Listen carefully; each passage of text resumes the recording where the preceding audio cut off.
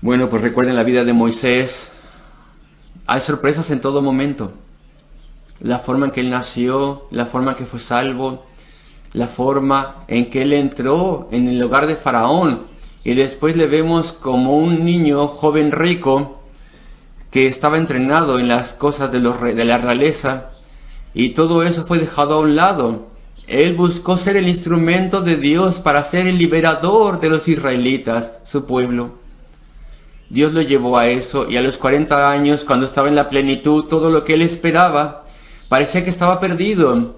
Y entonces 40 años más, después va a ir a la tierra de Madián para ser un pastor, y después es un hombre anciano. Y ese es el momento en el que Dios lo toma y libra a su pueblo, y le hace líder de ese pueblo, en circunstancias muy difíciles. Era un hombre mayor, un hombre anciano. Y todo ese tiempo podríamos creer que Moisés, siendo un hombre de fe, estaba preparándose para que llegara el día. ¿Tú puedes imaginarle cuando tenía 79, cuando tenía 80, todavía creyendo firmemente que Dios obraría liberación y que Dios le usaría? Sí, él entendió algo de los caminos de Dios, que está lleno de sorpresas. Y aún así, el plan de Dios en última instancia siempre es perfecto. Y recuerden a Pablo.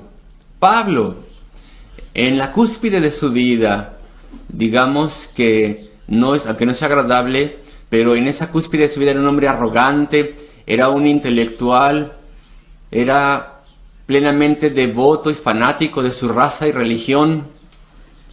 Era uno que despreciaba a los gentiles, fariseo de fariseos, hebreo de hebreos, y aún así él iba a ser aquel a quien Dios humillaría y entrenaría para ser el apóstol de los gentiles. Las sorpresas del Señor. Sorprendente. Pedro también, un pescador.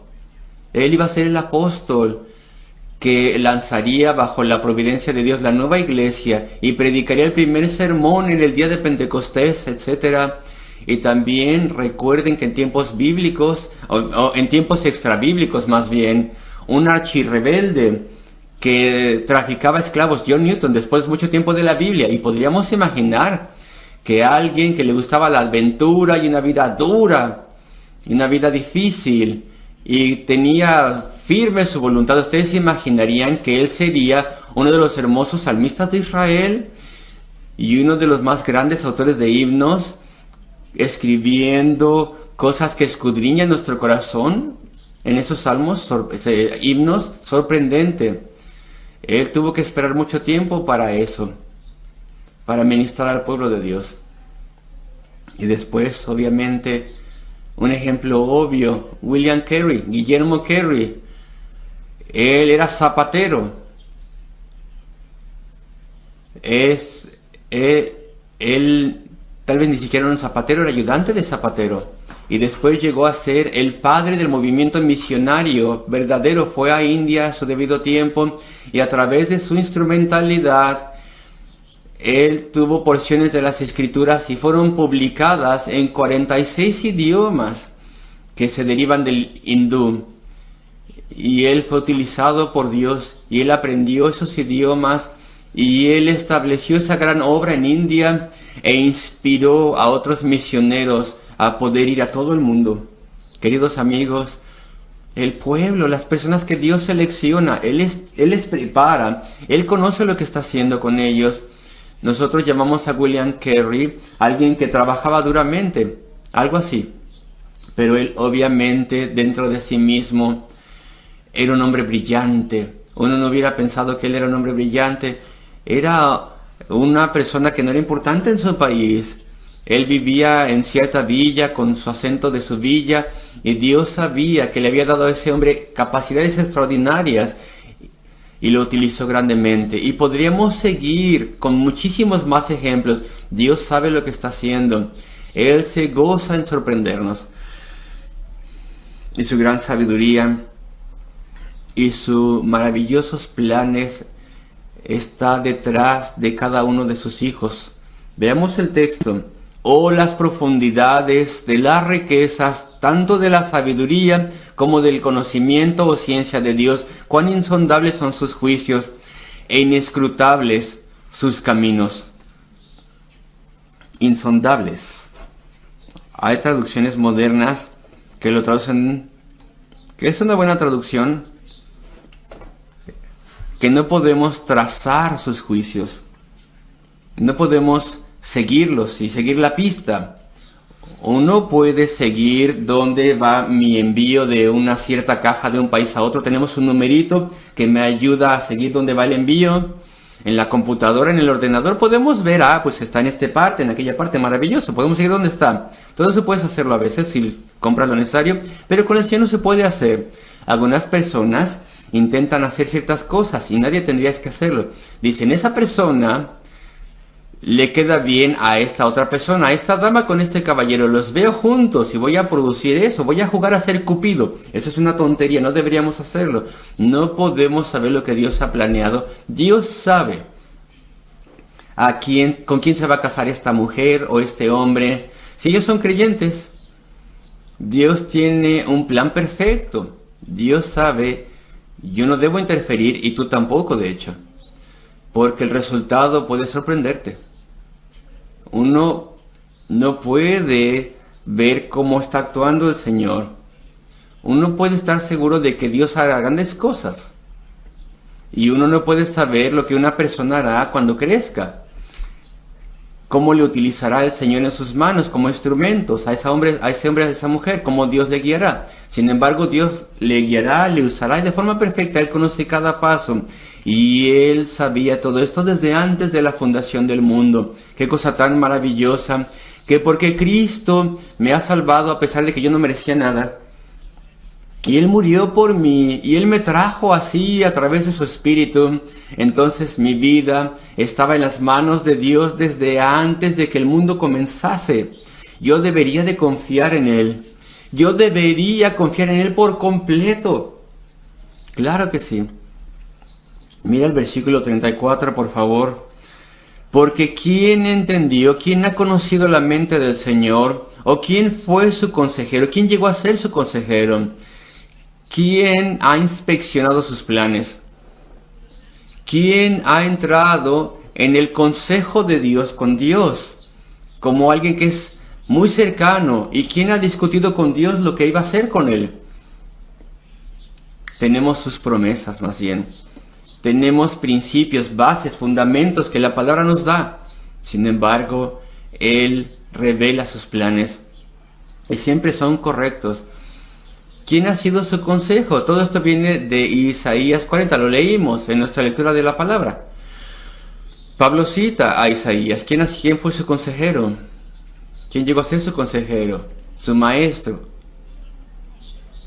¡Qué idea tan terrible! Dios está por sobre todas las cosas y es eterno. Él lo sabe todo. Y su conocimiento no necesita ningún consejero, ningún maestro. Su sabiduría, su conocimiento, y mi palabra que hoy usa ni siquiera es suficiente. El conocimiento de Dios es instintivo. Él es Dios. Nosotros no entendemos, pero Él sabe todas las cosas de forma automática, de forma instintiva, por virtud del hecho de que Él es Dios infalible, que todo lo ve, que todo lo sabe.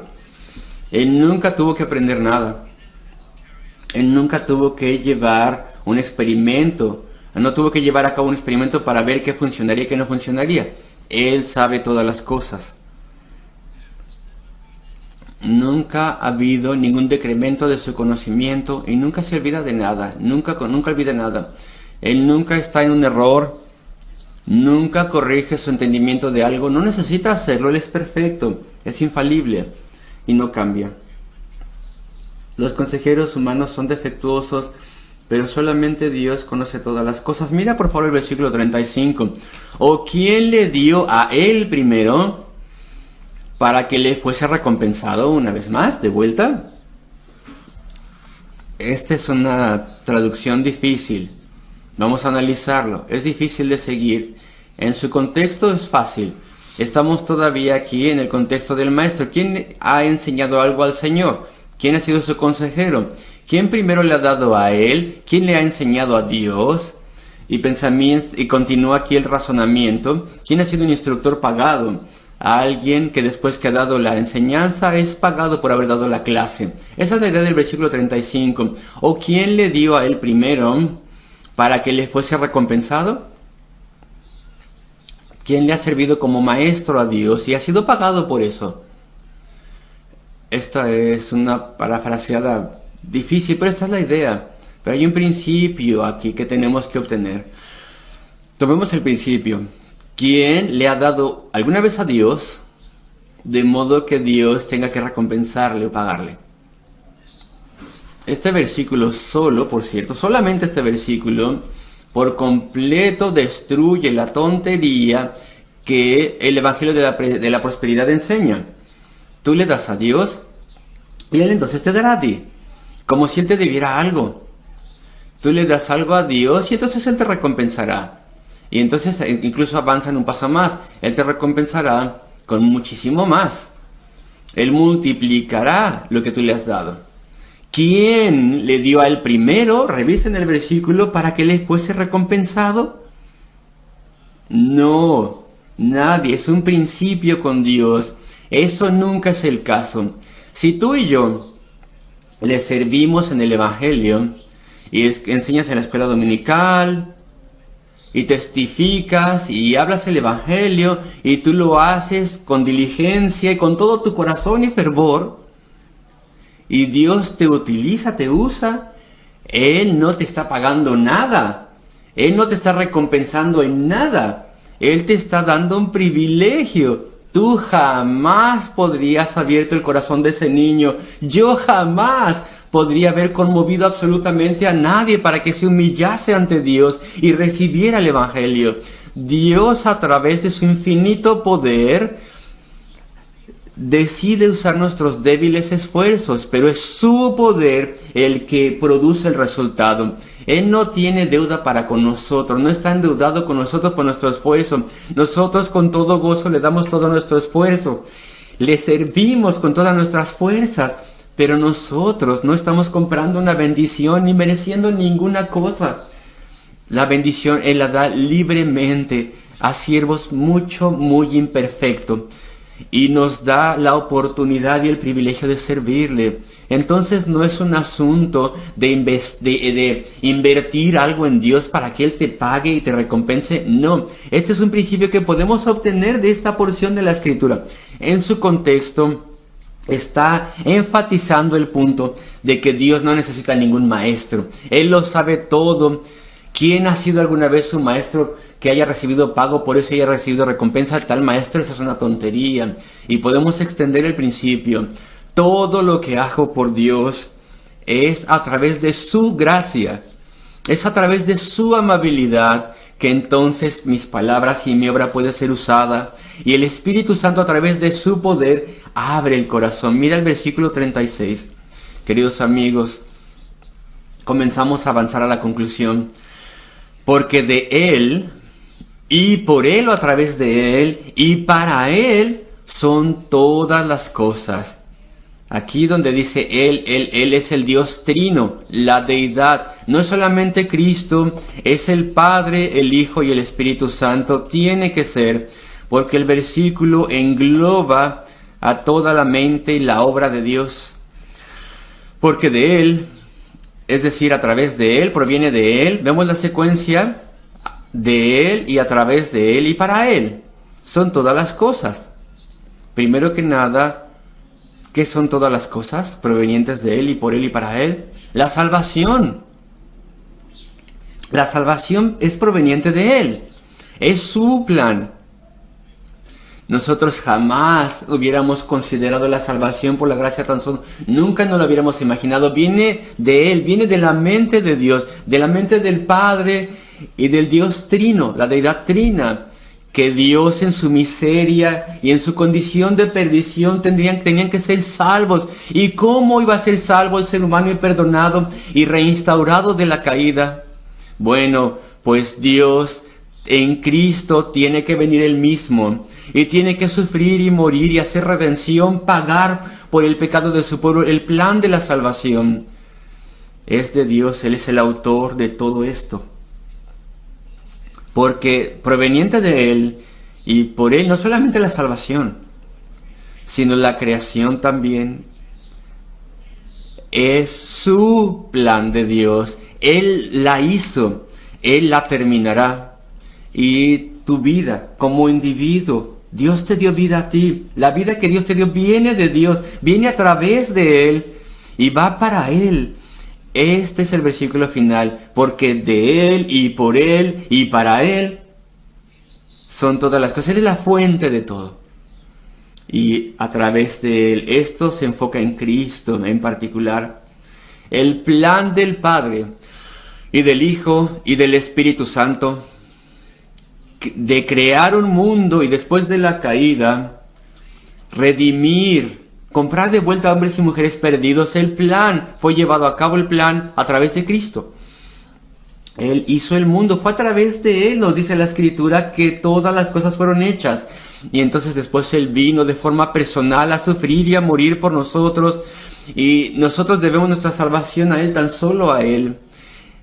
Viene de Dios, es a través de Él, a través de su poder, a través de la muerte redentora de Cristo y para Él, con el objetivo de ir a casa a Él. Y este mundo en última instancia será restaurado y será hecho celestial y será unido al cielo si ustedes quieren. Y después veremos a Dios y le honraremos, porque de Él y por Él, a través de Él y para Él son todas las cosas. Dios es la meta, el fin del plan. A Él sea la gloria para siempre, por los siglos de los siglos. Amén. Dale crédito a Dios por todo, la alabanza, la acción de gracias. Sea agradecido a Dios. Reconoce tu deuda que tienes para con Dios. Admira a Dios solamente. Maravíllate ante Dios y su sabiduría y sus planes. Obedécele, ríndete a Él, confía en Él, confía en Él, confía en Él, en todo. No dejes nada fuera de Él, porque de Él y por Él y para Él son todas las cosas. A Él sea la gloria. Ese es nuestro más grande llamado, darle a Él la gloria, el crédito, la acción de gracias, la admiración. Y eso haremos por toda la eternidad. Nos preparamos para la eternidad ahora. Tu adoración a Él nunca será rota. Tu adoración y alabanza nunca terminará. Nunca serás decepcionado cuando vengas a la presencia del Dios Trino. Verás al Hijo de Dios en toda su gloria, el miembro visible de la creación a través de toda la eternidad, a Cristo, y beberás de forma eterna riquezas de la sabiduría y el conocimiento o ciencia de Dios por siempre y para siempre jamás. Entonces confía en Él. Él permite que veamos bastante, pero hay muchísimo más que debemos ver aún. Entonces, leo los versículos para terminar. Que esto penetre en la profundidad de tu corazón y alma. Versículo 33. Oh profundidad de las riquezas de la sabiduría y de la ciencia de Dios, cuán insondables son sus juicios e inescrutables sus caminos. Porque ¿quién entendió la mente del Señor? ¿O quién fue su consejero? ¿O quién le dio a Él primero para que le fuese recompensado? Porque de Él, a partir de Él y por Él, a través de Él y para Él, son todas las cosas. A Él sea la gloria por los siglos de los siglos. Amén. Amén. Afirma estas cosas. Amén. Dile a Dios: creo que todo esto es completamente y perfectamente verdad. Ora que esto se ha llevado a cabo y aprueba. Eso es lo que significa el amén. Amén, queridos amigos. Confía en Él. Confía en Él. Ese tendría que haber sido mi título. Puedes confiar en este Dios.